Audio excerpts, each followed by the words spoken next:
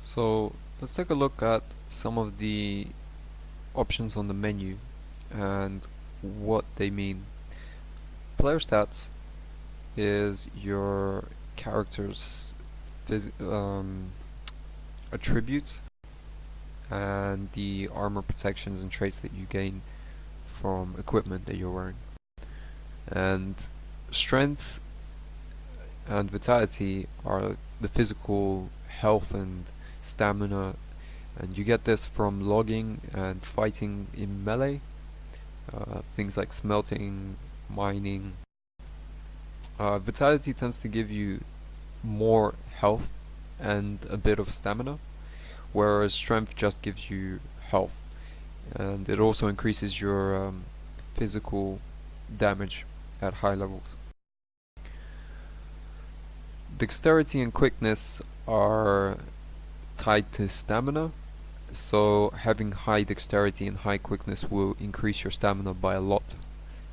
Dexterity is primarily for archers, so it's your archery damage and stamina, whereas quickness affects the melee and ranged archery attack speeds. Intelligence is for your mana and your spell damage, and wisdom is for crafting and some mana.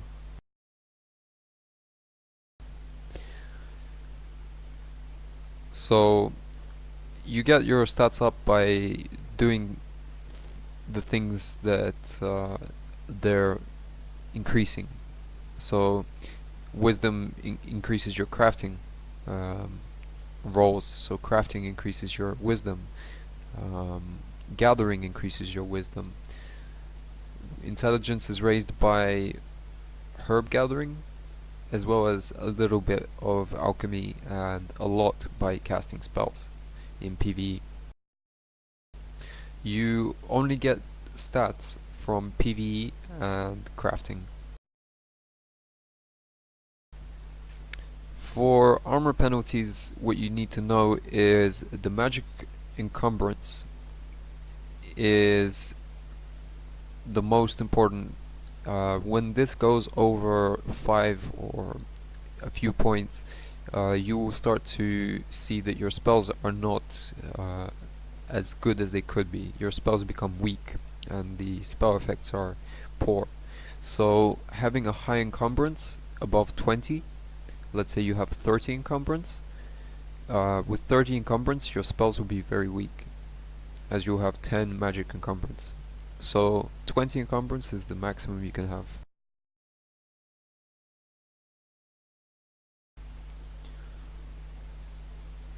For melee and archery you can go over and you can reach, I believe, 50 or 40 before it starts to go into archery encumbrance.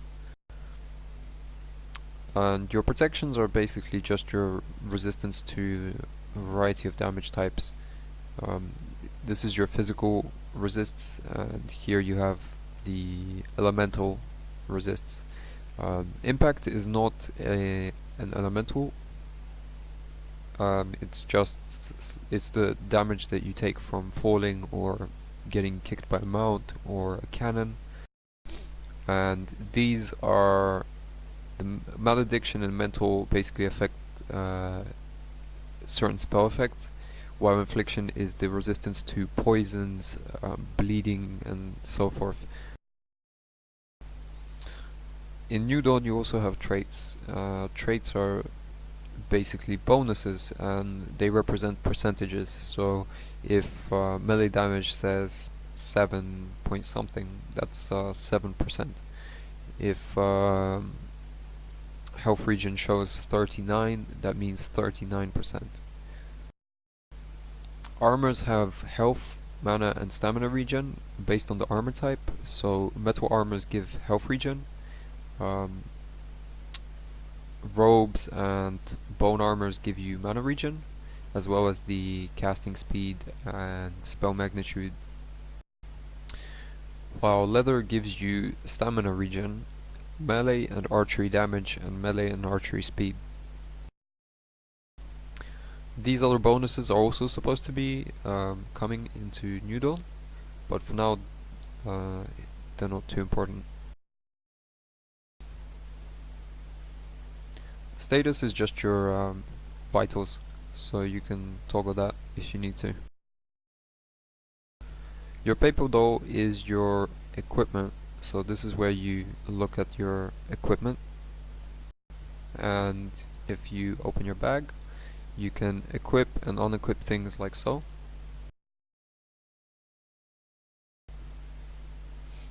You can also double click things in your inventory to equip them. Sweet. So you have also the spells and the skills, and this is where you look at the different things that you have for a variety of playstyles and your just your general run-of-the-mill skills. In general skills you will also find revive and power hour.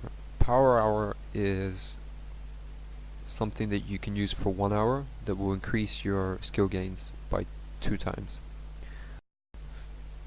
And your crafting. Okay. So let's take a look at the journal. The journal is where you see things that are personal. This is your personal journal per se. This is where you see information about PvP and PvE things that you've done or things that happen to you.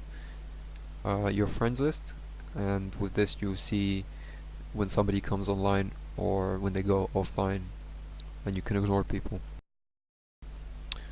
You also have the quest diary. This is where you look through the quests. So if I have some quests, I can go here and I can read about what the quest was trying to get me to do and the rewards. And I can also cancel the quest if I want to. The personal stats is just the sort of like a scoreboard, I believe, or the it's the scoreboard. This is where you can see things that you've crafted and how many you've crafted and so on. You also have this this option here, which is just like to make notes for yourself. I don't think many people use this, but if you want to, you can.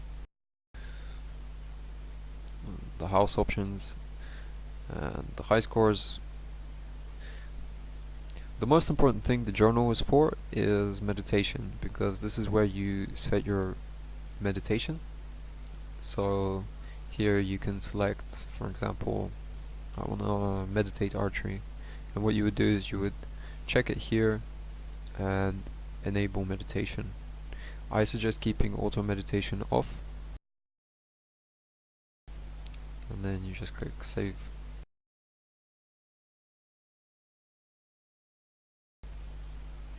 And you're meditating archery, and here it says 1 day 13 hours, so that's how long it's going to take you to get from your current skill to 25, and it's going to take some meditation points.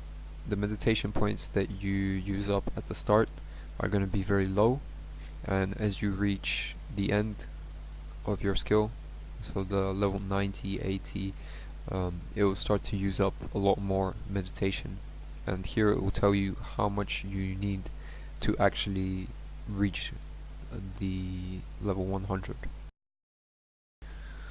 I recommend at the beginning to meditate quickness, because quickness levels fairly slowly compared to the other skills attributes, and it's very important early on. It gives you stamina, increased attack speed, and it's generally useful for all playstyles. So quickness is going to be one of the first things that you want to meditate, and you want to get this up to a reasonably high level early on. Also because meditation is quite slow, it's perfect for something like quickness, which you either wouldn't be leveling directly or it would take you a long time to level. So you can have something that you want to get high but don't want to necessarily grind yourself. I don't recommend putting any magic schools up there early on because the meditation is quite slow and you're gonna get it up quicker just by playing the game. So most of the time you're meditating something like quickness or a specific spell that you don't want to PvE with but you want to get it leveled. That's also a good option. Weapon masteries as well are very common, so if you have a 200 greatsword mastery, that's something you could meditate. So the things that you would take a long time to get up, particularly good around the mid-range, so from 50 or 40, meditating a mastery or a skill is very good. And you can just leave it there and forget about it. It's gonna work over the time that you're not logged in, so while you're offline. You can also go to clans, and this is where you would join a clan if you were looking for one. And you would go here to browse. So menu. You could also create a clan if you want to have your own clan. It costs a certain amount of gold, so 15,000 gold. But we're gonna go on browse clans, and I'm gonna make an application to my clan.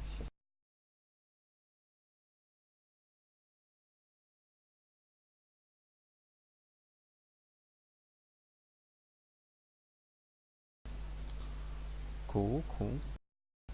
So you go to the menu and you can go and look through the roster, look through the clan empire and recruitment.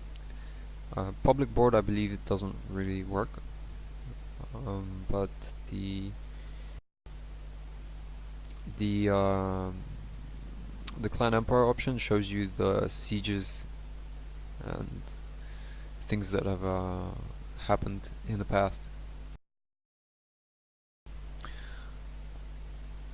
So if we go to recruitment, it's pretty straightforward. You just click apply and you've made your application to a clan. And the overview is just the page that you get onto when you search the clan. Cool.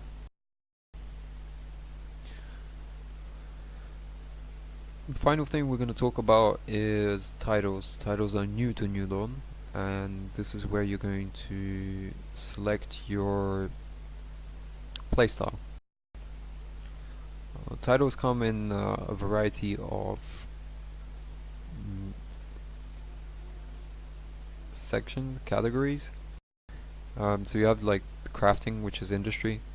You have magical and physical, and physical and magical tend to require a combo title to work together. So for instance, if I wanted to be an air mage, the air mage gives me storm blast and come hither and increased potencies.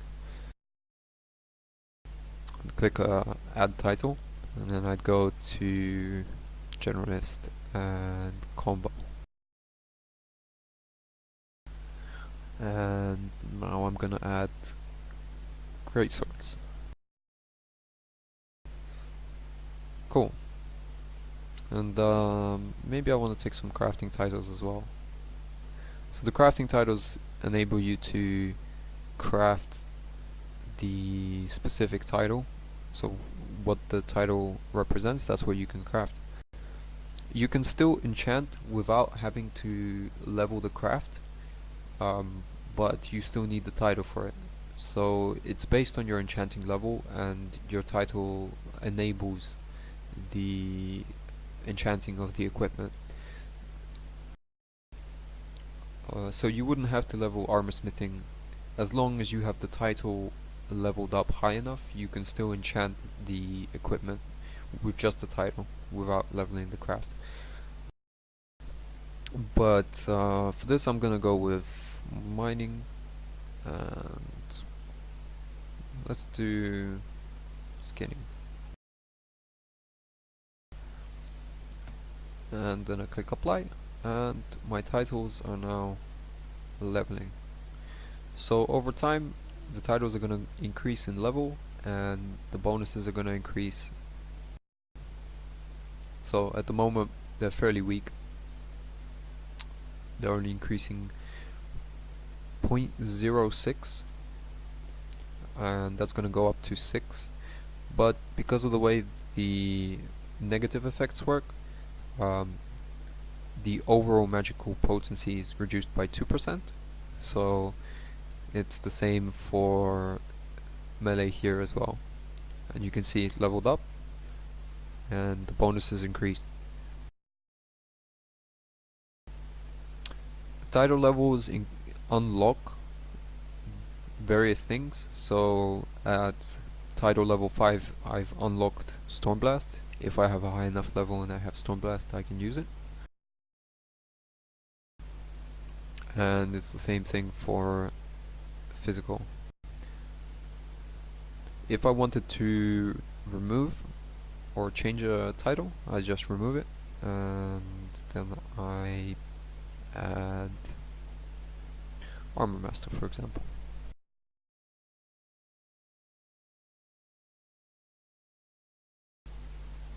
And that's it. That's it for the menu options and titles. You can also find more detailed meditation information. I'll have that somewhere on the website. So you can take a look at that and come to your own conclusions about what kind of things you want to meditate in what order.